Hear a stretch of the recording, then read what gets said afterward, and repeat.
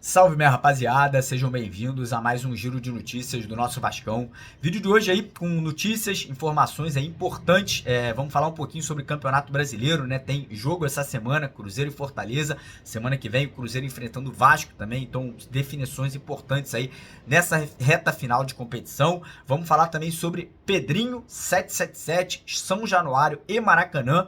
Assuntos aí polêmicos e também assuntos muito importantes aí para o futuro do nosso clube aí, já para a temporada do ano que vem de 2024, e vamos falar um pouquinho sobre planejamento, né? Porque o Vasco já começa a olhar o mercado, né? Já começa aí a contatar jogadores, clubes aí para começar já a avisar as contratações para a temporada do ano que vem. Então a gente vai trazer alguns nomes aí que o Vasco já sondou, reforços aí que estão muito bem encaminhados também. Então, primeiro, quero convidar você que ainda não é inscrito, você que ainda não faz parte da nossa família, para se juntar aqui aos quase 460 mil inscritos no canal. Só correr lá embaixo, clicar naquele botão vermelho, né, se inscrever por aqui, e também peço aí a colaboração, a ajuda de vocês, deixando aquele joinha, deixando aquele like no nosso vídeo, e quem puder, e quem quiser, obviamente aí, seguir a gente nas nossas outras redes sociais, fica o convite, né, além dos vídeos aqui no YouTube, a gente também posta notícia, informação, vídeo, foto aí, tudo relacionado ao Vasco, no Instagram, no TikTok, no Twitter. Todos os links estão aqui embaixo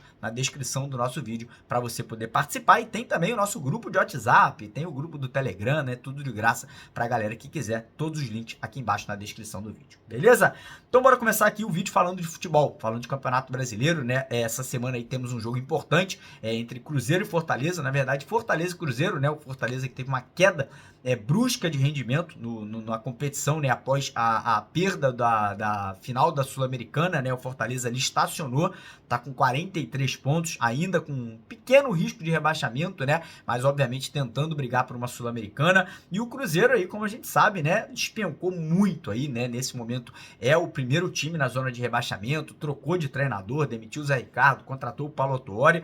E, cara, esse jogo do Cruzeiro contra o Fortaleza essa semana, agora no dia 18, é muito importante pro Vasco, porque se o Cruzeiro vence Fortaleza, vem embalado para encarar o Vasco semana que vem. Se o Cruzeiro perde do Fortaleza, imagina a pressão que vai ser essa partida para eles na semana que vem contra o Vasco, né? Então realmente é um jogo importante.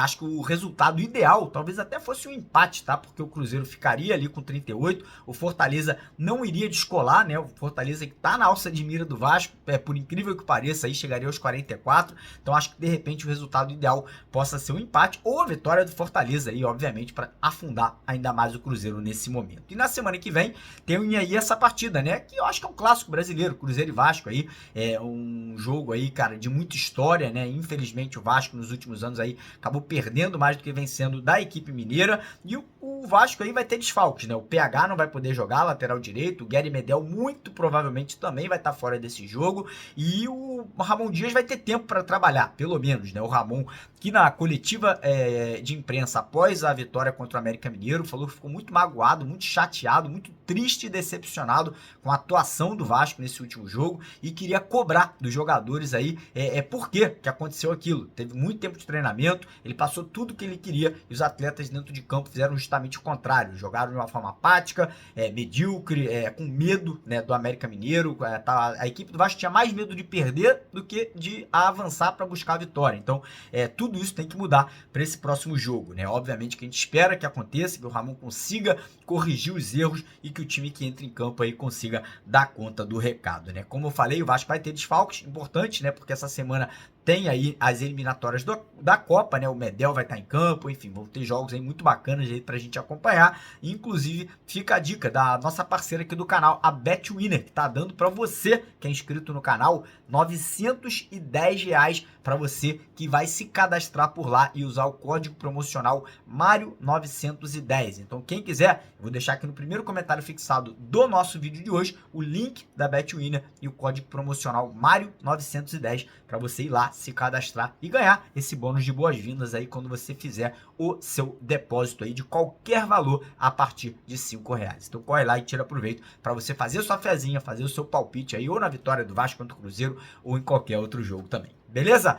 Falar um pouquinho agora sobre Pedrinho e 777, né? Porque ontem o Pedrinho deu uma entrevista, o Pedrinho que é o nosso novo presidente eleito aí pelos próximos 3 anos, e nessa entrevista o Pedrinho foi muito crítico a duas situações diferentes. Primeiro, ao ano do futebol do Vasco de 2023, falou que a 777 investiu mal, falou que as escolhas feitas pela 777 foram muito ruins aí, né? E eu acho que o Pedrinho quer dizer, por exemplo, o executivo de futebol, Paulo Brax aí, que hoje, enfim, é o manda-chuva do futebol do Vasco. Acho que o Pedrinho não quer mais o Paulo Brax lá dentro e, pelo que tudo indica, ele será demitido no final do ano. E o Pedrinho também não poupou críticas ao Jorge Salgado, né? Ele falou, ó, o que o Jorge Salgado fez durante esse ano agora foi inadmissível. Ele entregou tudo na mão da empresa americana e não participou, né, do futebol do Vasco. E o Pedrinho aí falou que na gestão dele, que ele como presidente vai ter uma participação muito ativa nas decisões e definições do futebol vascaíno, aí participando das indicações de executivo de futebol, de treinador, de contratações. Então eu fico até aliviado, né, que o Pedrinho está fazendo essas críticas, fico feliz que o Pedrinho aí tá tendo hombridade, caráter de criticar, né, o Jorge Salgado dessa forma, porque ele tá totalmente certo, né? Realmente o Jorge Salgado só fez cagada no futebol do Vasco, e a gente fica triste, né, por tudo que aconteceu, mas agora com uma expectativa positiva que o Pedrinho aí possa assumir, né, essa bronca e tocar o Vasco aí de uma forma muito melhor ao lado da 777, ou enfim, ao lado aí da SAF vascaína. E o Pedrinho ontem também, já aqui, ó, levantando as mangas, teve um encontro, uma reunião com o governador do estado do Rio de Janeiro, Cláudio Castro, aí, para poder tocar no assunto licitação do Maracanã.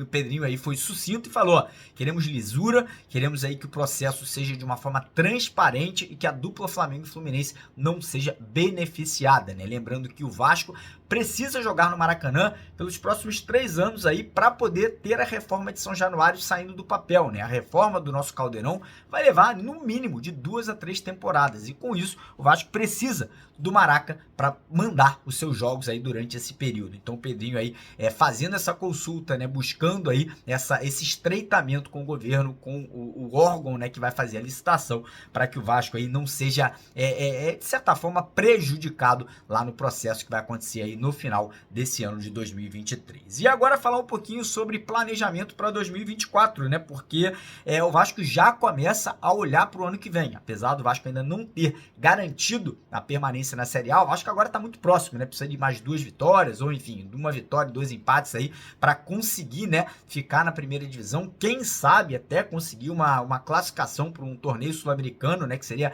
excepcional, né, para os cofres e também para a imagem do Vasco no ano que vem. E o Vasco aí já começa, né, nos bastidores a pensar nessa reformulação. Como eu falei, o Pedrinho vai ter uma voz muito ativa aí nessas definições. E já vou começar a falar para vocês. Paulo Brax não deve ficar. Tendência que o Vasco vá ao mercado buscar um novo nome, né? O nome que é mais aceito dentro do clube é o Rodrigo Caetano, mas existe uma dificuldade muito grande de liberação do Atlético Mineiro do Rodrigo Caetano. Outro nome que também interessa é o Anderson Barros, que não deve ficar no Palmeiras, um nome muito experiente, com muita rodagem, com muita aceitação também dentro do Vasco nesse momento. E não para por aí, o Vasco já começa a buscar contratações de jogadores. 2 crias da base do Vasco podem estar voltando, né? O Souza está praticamente confirmado, deve assinar contrato de 1 ano com o Vasco aí para poder voltar aí na próxima temporada. Outro jogador que parece que está de malas prontas para voltar para o Brasil e para o Vasco é o Alan. Esse aí para mim seria uma contratação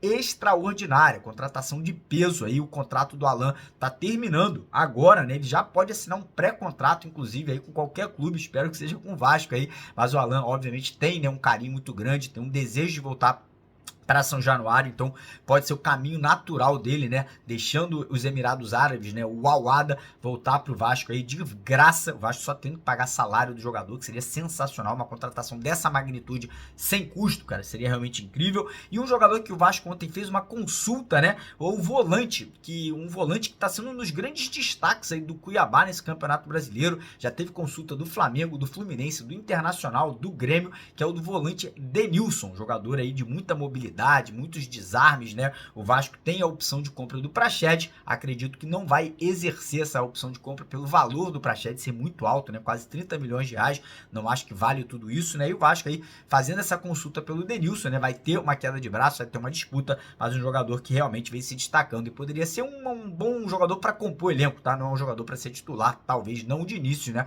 Mas uma contratação aí que pode surpreender positivamente. Tem também o Ferreirinha do Grêmio, que está terminando o contrato por lá. Parece que o Ferreirinha não quer continuar lá no Grêmio, né? Então pode ser mais um jogador que chegue aí de graça, ou o Vasco somente tendo que bancar luvas, né? E salários aí, um contrato talvez de longo prazo, que é um jogador de qualidade, e mais um que com certeza agregaria, né, valor para o elenco do ano que vem. Então é basicamente isso. Como eu falei, acho que o Pedrinho agora vai ter uma participação muito grande. Eu acho que é importante, né, para que o Vasco não sofra, né, já no próximo ano aí, como vem sofrendo na temporada de 2023. Beleza, galera? Então, ó, mais uma vez, peço para você deixar o like, se inscrever no canal e vamos para cima, porque aqui é Vasco. Valeu!